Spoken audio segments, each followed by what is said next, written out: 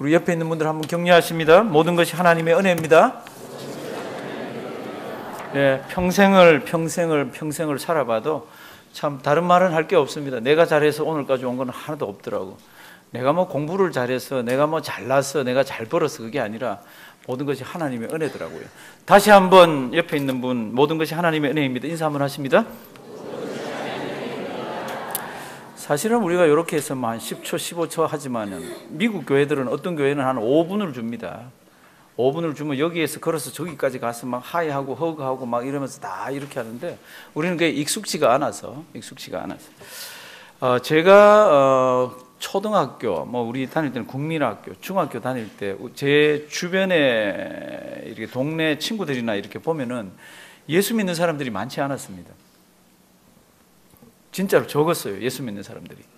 그런데 어느 날 이렇게 보니까 한국이 잘 사라지면서 이제 예수 믿는 사람들이 많아졌습니다. 그래서 이제 예수 믿는 사람들이 많아지고 막 복음화 되기 시작한 게 이제 뭐 50년, 40년, 50년 본격적으로 된 게 이제 그렇습니다. 그래서 오늘까지 와서 그때 예수 믿은 사람들은 뭐 50년을 믿었다, 60년을 믿었다, 뭐 나는 뭐 몇 대를 믿는 집이다 이런 사람들이 이제 지금 많이 있습니다. 하나 물어볼게요. 그렇게 이제 몇십 년을 믿고 몇 대를 믿은 신앙인이 어떤 모습을 하고 있으면 그 사람 신앙생활 잘한다라고 이렇게 판단할 수 있을까? 다른 사람들이 옆에서 볼 때 아니 여기 들은 거 말고요, 여기 있는 거 말고, 이거는 뭐 우리는 사람인지라 외모만 보기 때문에 우리 목사님은 뭐 머리 빠지셨네 이렇게 외모만 보지 이 빠진 머리 속에 있는 거를 아무도 모를 거예요. 참 신비한 거예요. 그것도 알면 어떡하겠어요.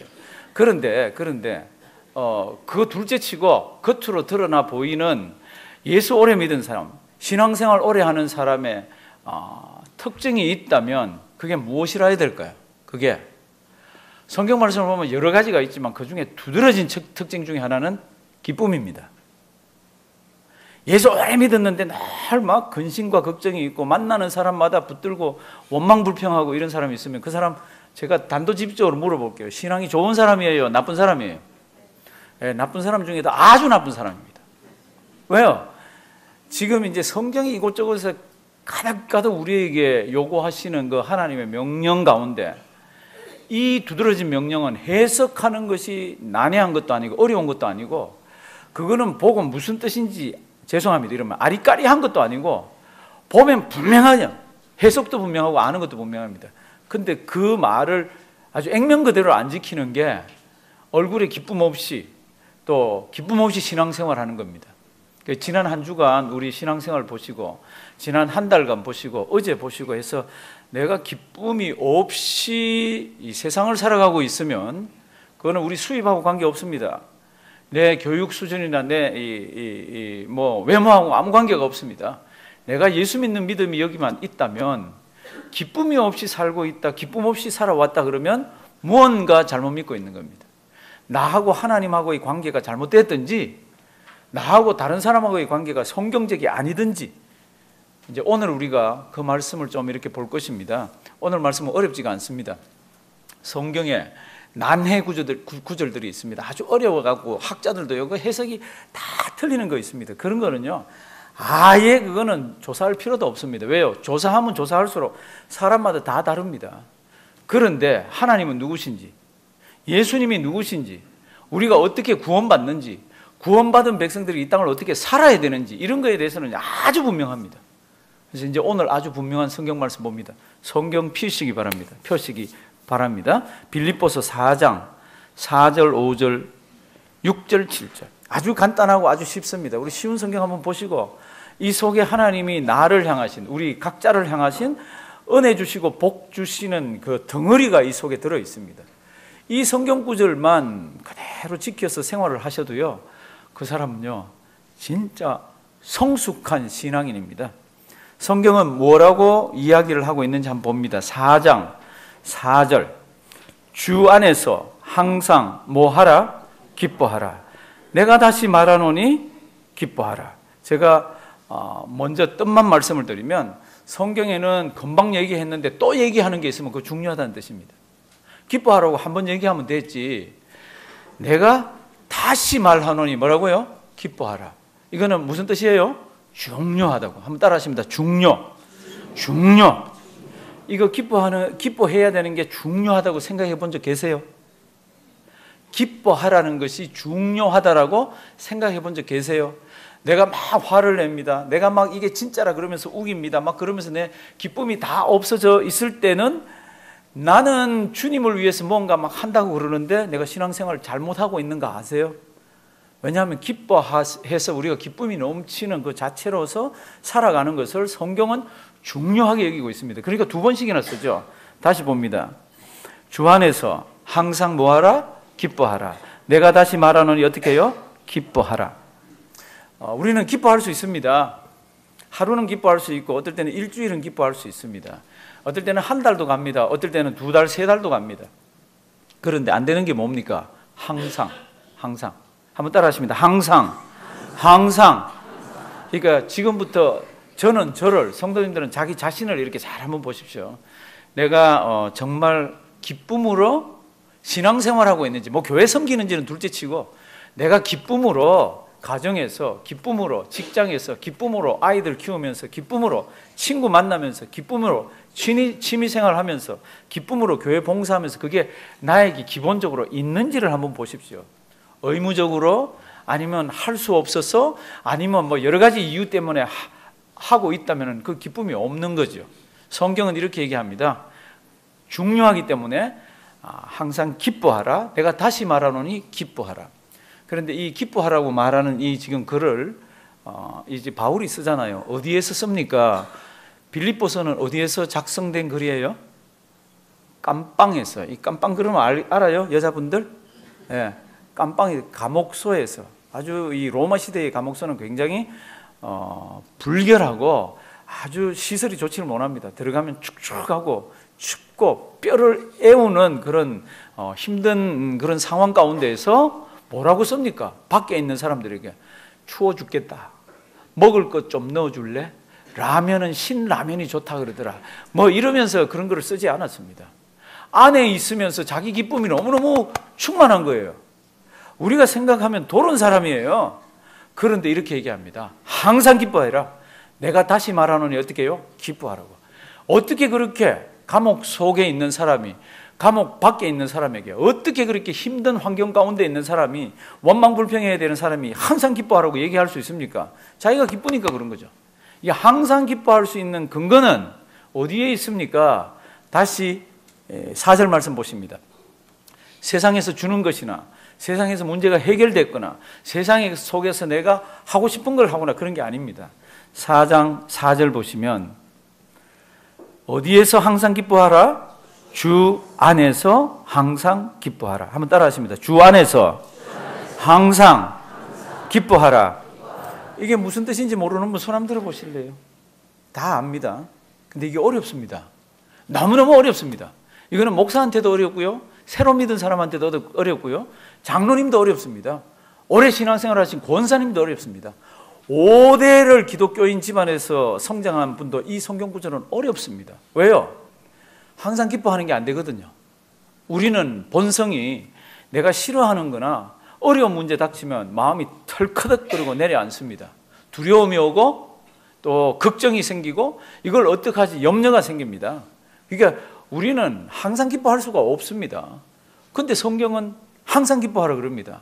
항상 기뻐할 수 있는 근거와 방법이 무엇입니까? 그럴 때 그 근거는 주 안에서입니다. 주 안에서. 한번 따라 하십니다. 주 안에서. 주 안에서. 우리가 주 안에서 살잖아요. 내가 주님 안에, 주님이 내 안에 있다고 고백하면서 살잖아요. 그러다가 세상에서 무슨 사건이 하나 터졌습니다. 내가 싫어하는 거, 내가 겁내는 거, 이런 것들이 하나 툭 터졌습니다. 그러면 이거를 주님 밖에서의 관점에서 이걸 보면요, 염려와 두려움과 안달나고 어떻게 하면 좋지? 어머머 이건데, 이걸 주 안에 있는 믿음을 가지고 그 문제를 보면은 그게 다르게 보인다는 겁니다. 그게 염려거리가 아니라는 겁니다. 염려거리는 맞지만 그게 이제 그 다음 성경 말씀 나오는 그게 기도거리라는 겁니다. 그거 얼마든지 하나님 아버지 앞에 갖고 가서 하나님 그러고 갖고 나와서 기도할 수 있다는 거예요. 그러니까 우리는 주 안에 있으면 뭐가 된다는 얘기입니까? 항상 기뻐할 수 있다는 겁니다. 그러니까 우리가 기뻐해야지, 내가 왜 기뻐 안 하나, 여기에 초점을 두시면은 기뻐할 수가 없습니다. 늘 내가 주님 안에서 늘 신앙생활하고 있는지, 주님이 내 안에, 내가 주님 안에 거하면서 신앙생활하고 있는지만 점검이 되면은 그분은 항상 기뻐할 수가 있습니다. 한번 보실래요? 주 안에서라는 단어는 우리가 정적인 것으로 봅니다. 주 안에서 딱 이렇게 움직임이 없죠. 그런데 이 단어는 그런 단어가 아니에요. 주 안에라는 거는 주님과 내가 동격이기 때문에 들어가면 가만히 있는 그런 게 아니라 주님과 나는 질적으로 다릅니다. 주님과 나는, 내가 주님 속에 들어가면 더러운 피조물이 주님 속에, 주님이 내 속에 들어오면요, 이거는 세상 말로 하면 화학 반응이 팍팍팍 일어나게 돼 있는 거 있잖아요. 내가 주 안에 거합니다 그럴 때는 주 안에 거해서 신앙생활 가만히 있는 게 아니라 피조물이 주님 안에 거한다는 그 뜻은 거하면서부터 막 화학 반응이 일어나는 겁니다. 무슨 반응이 일어나는 거예요? 무슨 반응요? 감사가 일어나는 거지. 저 같은 놈을 구원해 주시고 저를 위해서 십자가에 달려 돌아가시고부터 시작해서 어마어마한 반응이 막 일어나게 되어 있습니다. 주 안에. 그러니까 주 안에 있다는 뜻은 내가 주님 안에 있구나 이렇게 정적으로 가만히 있는 게 아니라 묵상을 통해서, 말씀을 통해서, 성령을 통해서 내가 끊임없이 변화가는 과정입니다. 제가 죽으면 불러달라는 찬송이 하나 있는 거 혹시 기억하세요? 뭔가 조금만 큰 소리로 하면 제가 알 것 같은데 그냥 다른 찬송 불러줄 것 같아요. 제가 죽어서도 어쩌면 뭐 섭섭할지도 몰라요. 506장. 예수도 알기 원함은 크고도 넓은 은혜와 대속해 주신 사랑을 성령이 스승되셔서 성령에 감화받아서, 이 1절부터 4절까지 쭉 나옵니다. 후렴이 뭡니까? 저는 후렴을 부르면 이렇게 가슴이 멍멍해집니다. 왜요? 후렴이 뭐예요? 내 평생의 소원, 내 평생의 소원, 대속해 주신 은혜를 간절히 알기 원하네. 제가 왜 그런가 하면요, 저는 신학도 했고 설교도 준비하고 목회도 하고 이런데 매일매일 주님의 은혜가 새롭지 않으면, 매일매일 주님이 나에게 주신 그 은혜를 조금씩 더 많이 가르쳐 주지 않으면 우리는 그냥 가만 앉아가지고 아무것도 모르는, 그냥 거기에 만족하는 자들이 됩니다. 근데 내가 예수 안에 거한다는 그 뜻 자체가 더럽기 짝이 없는 우리가 그 영광스러운 예수 안에 거하고 예수님이 내 안에 거하면요, 이게 그냥 가만히 있는 상태가 아니라 푸다닥 뭐 이렇게 움직이게 되어 있는 겁니다. 저는 중학교 때부터 밤낚시도 다녔습니다. 좀 이렇게 발랑 까져서 그런 게 아니고요. 밤낚시를 갔습니다. 그 옛날에 밤낚시 가면 헤드라이트가 없습니다. 헤드라이트가 없고 카보나이트라 그러나? 그 뭐라 그래요? 뭐 왜 밤에, 옛날에 밤에 호떡집이나 이런 데 가면 불 붙여 놓을 때 그게 이렇게 무슨 덩어리가 있습니다. 그 덩어리를 가지고 갑니다. 그 덩어리를 가지고 가면 덩어리는 가만히 있어요. 근데 덩어리를 이렇게 놓고 거기다가 물만 착 부으면요, 가스가 팍 올라나옵니다. 근데 그걸 모아가지고 이렇게 하는데 불을 붙이면요, 불이 쫙 끓이고 나옵니다. 성도님들, 요 덩어리는요, 물만 들어가면 확 반응하게 되어 있습니다. 언제까지? 자기가 없어질 때까지 반응을 합니다. 그러니까 없어질 때까지 불을 피울 수가 있는 거죠. 저는 너무 잘 알아요. 그럼 물만 들어가면 확 이런 겁니다. 하나님의 백성들이, 주님을 사랑한다는 사람들이 예수 그리스도 안에라는 뜻은 들어가서 가만히 있는 게 아니라 들어가기만 하면 그 은혜가 고마워가지고, 이게 웬 은혜입니까? 하나님 저를 어떻게 그렇게 사랑하세요? 저 같은 놈이 뭔데 하나님이, 이런 반응들이 나오게 돼 있다니까요. 그러니까 그런 반응 가운데에서 나타나는 현상이 뭡니까? 그러면 기쁨인 거죠. 세상에서 무슨 큰일이 일어났습니다. 그거하고 다른 기쁨이 여기 있다니까요. 그러니까 사도 바울은 이렇게 얘기합니다. 그 축축한 감옥 속에서 뭐라고 그럽니까? 주 안에서 항상 뭐하라? 기뻐하라. 내가 다시 말하노니 기뻐하라. 사랑하시는 성도 여러분들, 이 말씀 어렵다 그랬습니다. 어렵죠. 그런데 내가 주 안에 들어가서 끊임없이 주님의 은혜에 반응하고 감사하고, 나를 보고 하나님 보고 죽어서 갈 곳을 보고 나를 지금 현재 내 위치를 보고 이러면요, 하나님 아버지 안에서 이렇게 교감이 되어지게 되어 있습니다. 그 자는 세상에 어떤 것이 일어나더라도 내가 주 안에 있는 것을 끊임없이 확인하고 알잖아요. 그러니까 이걸 이겨낼 수가 있습니다. 우리 사랑하시는 성도 여러분들, 이런 평안 가지고 신앙생활 하시다가 우리 주님 앞에 기쁨으로 서는 우리가 되기를 바랍니다. 5절 말씀을 보면은 이렇게 되어 있습니다. 우리 5절 말씀 다 같이 큰 소리로 한번 읽어 주실래요? 5절 시작.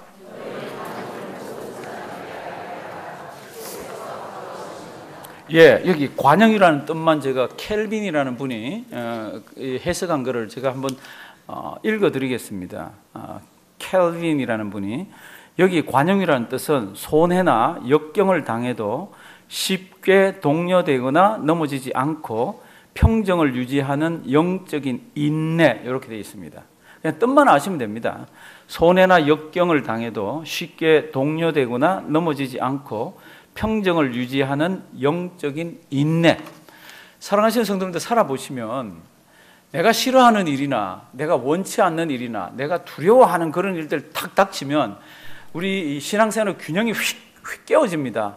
어느 쪽으로 깨어집니까? 좋은 쪽으로 깨어지지 않고 싫어하는 쪽으로, 이 화평이 깨지고 평안하지 못한 그런 쪽으로 이렇게 가버립니다. 기쁨이라고는 싹 일순간에 없어져 버립니다. 그런데 이렇게 얘기합니다. 그런 것들이 일어나더라도, 네가 손해를 보더라도, 네가 화가 나더라도 영적인 감각을 가지고 균형을 잡고 이렇게 그냥 주님 속에서 주님 붙들고 있으면은 그게 이겨진다는 겁니다. 어렵습니다, 이게 진짜. 그런데 이 문제는 그렇게 해보기 전에는 모릅니다. 해보면 이겨지는 거 있잖아요. 누가 이깁니까? 내가 이기는 거지. 어떻게 이깁니까? 성령 하나님이 네가 그걸 이기려고 그러는구나 그러면서 이렇게 평정이 이렇게 되게 이렇게 해 주시는 거죠. 그러니까 너희 관용을 모든 사람에게 알게 하라. 그 이유는 주님께서 오실 날이 됐다는 겁니다.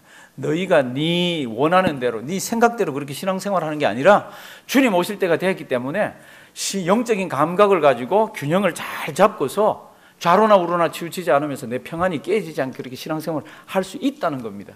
그런데도 우리는 연약한 피조물이라 어려운 문제가 콱 닥치고 힘든 일이 딱 닥치면 염려거리가 생겨서 평화가 깨어지려고 그럴 때는 이렇게 하라는 겁니다. 그게 이제 6절과 7절입니다. 우리 6절은 너무너무 다 잘 아는 성경 구절이에요. 6절 외우는 분들도 제가 여기 알기에는 4분의 3 이상이 이 6절 말씀을 다 외울 겁니다. 그런데 이 6절은 외우기만 해서 되는 말씀이 아니잖아요. 외우기만 할 게 아니라 그대로 하셔야 되잖아요. 그래서 지금부터 한번 보십니다. 6절. 아무것도 뭐 하지 말고 염려하지 말고. 이게 돼요? 너무너무 어려워요. 염려거리 탁 생기면 일단 염려가 됩니다. 그 성경은 탁 생긴 게 너한테 염려가 아니라고 얘기하고 있지 않습니다. 그 염려가 된다는 겁니다. 그 염려가 되면은 anything, 뭐든지 다 염려거리가 있으면 그걸 가지고 주님 앞으로 나오라는 겁니다. 그게 이제 오직 모든 일에 기도와 간구로 너희 구할 것을 감사함으로 하나님께 어떻게 해요? 아뢰라. 그냥 쉽게 얘기하면 기도하라예요. 기도해라. 그러니까 염려거리가 있으면 anything, 무엇이든지 그 가지고 everything, 모든 일에 그걸 가지고 다 기도하라는 겁니다. 하나님께 기도하면 들어주시니까 기도하라는 겁니다. 그런데 그 기도하라가 그냥 기도하라로 되어 있지 않습니다. 오늘 성경 말씀을 잘 보시고 그냥 하면요, 그냥 그대로 하시기만 하면 우리 방법이 아닌 하나님의 방법으로 평안을 주십니다. 그러면 그대로 하는 게 뭡니까? 다시 한번 보십니다. 염려거리가 생겼습니다. 그건 있는 거를 성경도 인정을 하니까. 그러니까 염려거리가 생기면 염려가 탁 됐지만 아무것도 뭐 하지 말고 염려하지 말고 오직 모든 일에 기도와 간구로 너희 구할 것을 어떻게 해요? 감사함으로. 이게 키 중에 키입니다. 키 중에. 하나님, 이렇게 어려운 문제가 있습니다. 이거를 이렇게 해주시고 저렇게 해주시고, 하나님, 이 문제가 일어났는데 이 문제는 저놈 때문에 생겼습니다. 하나님, 저놈을 좀 바꿔주셔서 돈 갖고 오게 하시고부터 막 이렇게 우리가 기도를 하기도 쉬운데, 그렇게 기도하지 말고 큰 문제가 생겼거나 힘든 일이 있으면, 염려거리가 있으면 이걸 주님 앞에 탁 가지고 와서 제일 먼저 뭐 하라고요? 무거워가지고 막 힘들어가지고 와가지고 뭐라고 기도하라고요? 하나님, 뭐요? 감사합니다. 이렇게 기도부터 시작하라는 겁니다. 쉽습니까? 어렵습니까? 어렵습니다. 다시 보시면 쉽습니까? 어렵습니까? 쉬워요. 이걸 따지면 어렵습니다. 따지면 그렇게 할 수가 없습니다. 그런데 성경이 나에게 하나님께서 주신 말씀이라 나는 그대로 한번 해볼 거야. 그리고 어려운 문제 지고 와가지고 하나님 감사합니다. 이 무겁지만 하나님 그러면서 내놓으면서 감사를 뱉어내면 그 다음에 내 마음속에 일어나는 변화와 이 문제를 쳐다보는 내 영적인 시각과 주변에 있는 모든 것들이 우리가 모르는 가운데서 꿈틀꿈틀하면서 우리의 평안을 잊지 않게 하겠다는 겁니다. 누가요? 하나님이. 그래서 4절 말씀, 주 안에서 항상 기뻐하라. 이건 명령형입니다. 과거도 아니고 미래도 아니고 현재, 능동태, 명령입니다. 능동태는 누가 하는 거예요? 내가 하는 거잖아요. 그러니까 우리 모두 다가 주 안에서 항상 기뻐하면서 이렇게 살다가 보면은 염려거리가 생기고 어려운 문제가 생기잖아요. 그럴 때 어떻게 해야 됩니까? 아무것도 염려하지 말고, 이것도 현재, 능동태, 명령입니다. 그러면 능동태라는 건 누가 한다고요? 내가 하는 거잖아요. 내가 하는 거.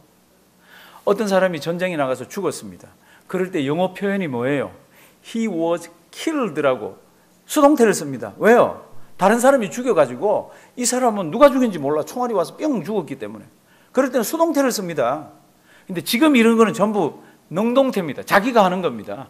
아무것도 염려하지 말고. 한번 따라 하십니다. 아무것도 염려하지 말고. 이거 누가 해야 된다고요? 내가. 그럼 염려거리 있는 걸 어떡합니까? 이거 갖고 나오라는 거지. 끙끙끙끙 갖고 와서 기도하는 순서가 뭡니까? 그러면 하나님, 뭐요? 감사합니다. 한번 따라 하십니다. 하나님, 감사합니다. 네, 뭐라니까요? 그 다음에는 우리가 알지 못하는 아주 신비한 일들이 우리 가슴에서, 아주 신비한 일들이 하늘에서부터 이 모든 문제들을 감싸고 있는 것들에 대한 해석부터 시작해서 다 달라지게 돼 있다는 겁니다. 사랑하시는 성도 여러분들, 이게 간단합니다. 그런데 우리는 이 생득적으로, 우리 innate, 우리는 원래 타고날 때부터 염려거리가 있으면 염려거리 아닌 것도 염려하고, 염려거리인 것도 염려하고, 남의 염려도 내가 하고, 국가 염려도 내가 하고, 전부 염려를 우리 하는 사람들이에요. 그렇게 살지 마십시오. 그렇게 우리는 그냥 내 몫에 태인 십자가 지고 힘들면 그냥 갖고 가서 어떻게 하라고요? 하나님 감사합니다. 그러면 어떻게 합니까? 그 다음에는 하나님께서 우리에게 모든 것들을 깨닫게 하시고 마음의 평안을 준다는 겁니다. 성경 잘 보시면 너희가 그렇게 감사함으로 기도하면은 내가 네 기도를 응답해 줘서 그걸 풀어주겠다, 이렇게 안 돼 있습니다. 우리가 나가서 감사하면서 기도해도 그거 그대로 있을 수도 있어요. 우리가 나가서 감사하면서 기도하라 그랬잖아요. 그리고 기도를 해도 내가 원하는 방향으로 안 될 수도 있습니다. 그럼에도 불구하고 성경은 우리에게 뭐라 그럽니까? 현재, 능동태, 명령으로 너는 그렇게 하라는 겁니다. 그럼 우리는 어떻게 하면 되죠? 그렇게 하면 되는 거죠. 그러면 무슨 일이 일어납니까? 그 다음은 성경이 기록되어 있어요. 이거는 내 몫이 아니에요. 우리 몫이 아니에요. 이건 하나님 몫이에요. 하나님이 그냥 해주시겠다는 겁니다. 그게 7절입니다. 7절 한번 보실래요? 우리 7절 큰 소리로 한번 읽어주시기 바랍니다. 7절 시작.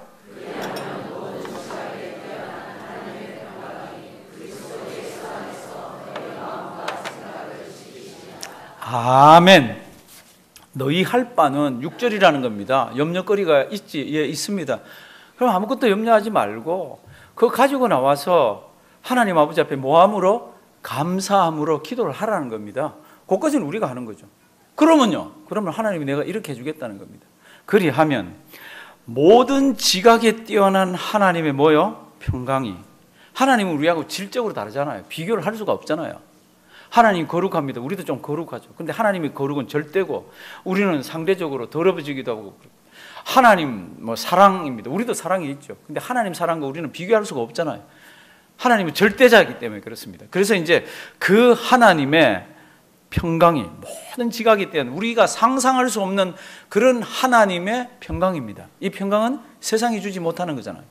세상에는 없는 거잖아요. 이 평강은 하늘로부터 내려오는 거잖아요. 그런 평강을 너희에게 하나님이 주시겠다라고 얘기하고 있습니다. 이거는 제가 연구한 거 아니잖아요. 하나님이 우리에게 주시는 말씀이잖아요. 무엇으로 주시는 말씀입니까? 명령으로 주시고 그 다음에는 명령대로 하면은 이렇게 해주겠다고 하나님께서 약속으로 주시는 겁니다. 7절 다시 한번 보십시오. 그리하면 모든 지각에 뛰어난 하나님의 평강이 그리스도 예수 안에서 너희 마음과 생각을 어떻게 해요? 지키시리라. 때로는 우리 원대로 기도도 들어주시지만 어떨 때는 우리 생각하고는 전혀 다른 방향으로 이 일이 진행되어지고 있지만 너희는 마음의 평강을 잊지 않을 수가 있다는 거죠. 사랑하시는 성도 여러분들, 굉장히 귀중한 말씀입니다. 여기 지키시리라는 말은 군대 용어입니다. 군대에서 보초들이 다른 사람들이 다 자고 있을 때 자기 임무를 다하면서 딱 지키고 있으면 넉넉히 잠을 잘 잘 수가 있습니다. 보초가 같이, 죄송합니다, 보초가 같이 꼬라박고, 군대에서는 꼬라박고 잔다 그러거든요. 보초가 같이 잠을 자고 있으면요, 잠자는 사람들 불안해서 잠을 잘 수가 없습니다. 왜요? 지키는 자가 없어서. 여기 지킨다는 뜻은 군대 용어입니다. 우리가 감사함으로 모든 것을 하나님께 아뢰면 하나님께서 우리 마음과 생각, 이 불안이 막 요동치는 마음과 생각을 어떻게 해요? 지키시리라. 한번 따라 하십니다. 지키시리라. 지키시리라. 하나님이 이렇게 지켜주시는 겁니다. 이제 한번 다시 물어보겠습니다. 이런 기도 드리는 것이 쉬워요, 어려워요? 그 다음에 항상 기뻐할 수 있는 것이 쉬워요, 어려워요? 예를 들면 어렵습니다. 근데 어려울 때 어떻게 하면 이걸 지킬 수가 있습니까? 성경은 우리가 예수 안에, 그럼 내가 예수 안에서 정상적으로 신앙생활 잘 하는지 안 하는지는 어떻게 알 수 있습니까? 아까 반응이 일어난다 그랬죠. 예수 안에 있으면요, 우리가 확 끓이면서 고맙고 감사하고 찬송 나오고 이런 게 막 나오게 되어 있다니까. 그냥 나는 예수 안에 있는데 그리고 생각 속으로만 있으면서 원망, 불평, 기쁨이 없는 그런 사람들이 많습니다. 그 사람 엄밀하게 얘기하면 예수 안에 있습니까? 없습니까? 없습니다. 왜요? 피조물이 예수 안에 있고 예수가 피조물 안에 있으면요, 그냥 있을 수가 없는 게 이게 그 반응이에요. 확 반응입니다. 사랑하시는 성도 여러분들, 교회가 잘 됩니다, 성장합니다는 것만 연구하는 학자들이 있습니다. 그분들이 교회를 다녀보면서 정말로 성장하고 정말로 괜찮은 교회가 어떤 교회입니까? 그러면 이것저것 많습니다. 이것저것 많은데 예를 들면 조명까지도 다 분석을 해서 연구를 했더라고요. 이것저것 다 많은데요, 종합을 해보면 그렇습니다. 교인들이 딱 들어가면 교인들이 기뻐하는 모습이 보인다는 겁니다. 교인들이 밝다는 겁니다. 왜 교인들이 밝습니까? 그러면 그 사람들은 다른 세계에서 삽니까? 문제가 없습니까? 세상 사람 사는 데는 똑같잖아요. 그런데도 밝다는 겁니다. 왜요? 예수가 내 안에, 내가 예수 안에, 이게 끊임없이 반응을 하면서 세상에서 무슨 문제가 일어나더라도 주님 안에서 다 푸는 거 있잖아요. 주님 앞에 갖고 나와서 기도하고 감사하고 잊어버리고 다른 사람과 나하고 힘든 일이 있어도 그냥 주님 감사합니다 그러고 해버리고 그냥 끊어버리고 이렇게 신앙생활 한다는 겁니다. 이거 쉬워요, 어려워요? 좀 쉽게 되기를 바랍니다. 다 어렵습니다. 우리는 저까지를 포함해서 이게 다 어렵습니다. 그럼에도 불구하고 이제는 그렇게 할 수가 있잖아요. 우리는 어쩌면 성격적으로 염려를 많이 하는 사람이 있습니다. 진짜 성격적으로. 이거는 지금 차 타고 어디 가는데도 그 늦으면 어떻게 해요부터 시작해서 그런 사람도 있고, 이거 먹는데 이게 상했으면 어떻게 해요부터 하여튼 온갖 염려는 다 경우의 수를 생각한 사람들이 있더라고요. 그거요, 할 거 없습니다. 그냥 단순하면 됩니다. 내가 주 안에 있는지 없는지 그거 확인하시고. 왜냐하면 이거 매 순간 반응이 와야 되니까 주님 앞에서 내가 기뻐하는 모습이 있어야 됩니다. 어젯밤에 제가 이 설교를 준비하면서 오늘 조금 이따 부를 찬송은 이 예수님 품으로예요. 우리 찬송가에는 없는 겁니다. 그 인생길 험하고 마음 지쳐 살아갈 용기 없어질 때 평안이 아무것도 없는 거죠. 제가 이걸 어제 많이 부르면서 그냥 우리 교인 중에 진짜 다른 사람한테 말은 못하고 힘들어서 참 주저앉고 싶은 분이 계시구나. 제가 누군지 모르지만 그냥 기도하면서 설교를 준비하면서 그런 분이 계시더라고요. 그냥 제가 1부에는 이런 말씀 안 드렸습니다. 그냥 제가 이렇게 준비하면서 1부 예배 나오시는 분은 아니네, 2부에 계신 분인가 보다.